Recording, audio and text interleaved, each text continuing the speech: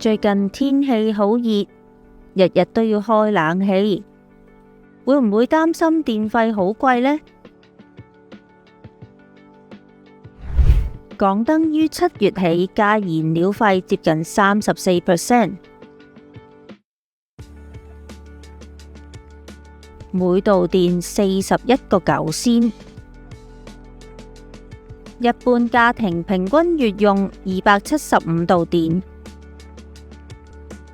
每月電費就要增加接近30蚊。不過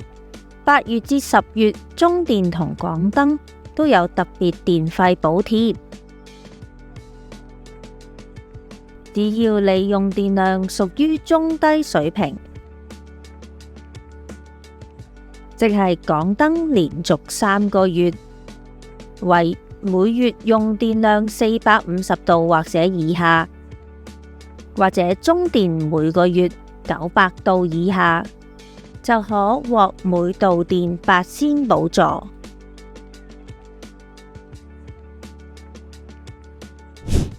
港燈亦有電費優惠計劃，為領取綜援嘅長者、殘疾人士、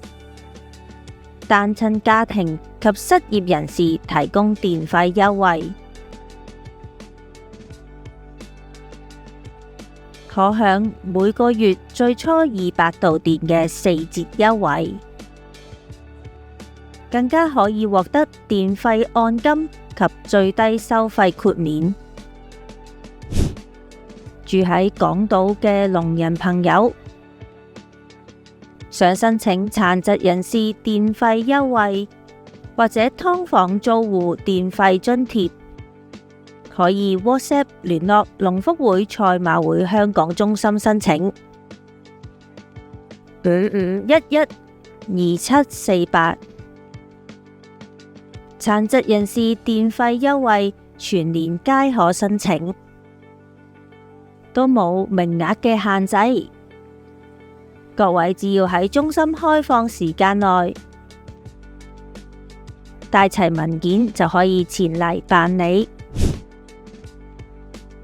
申請人必須符合以下資格：第一，申請人或者其家人現正領取綜合社會保障援助嘅傷殘人士標準金額，或第二，申請人或其家人現正領取傷殘津貼及合資格領取綜合社會保障援助。提提各位，千祈唔好因為節省電費而唔使用冷氣同埋風扇。高溫可能會引起中暑及慢性病惡化，得不償失。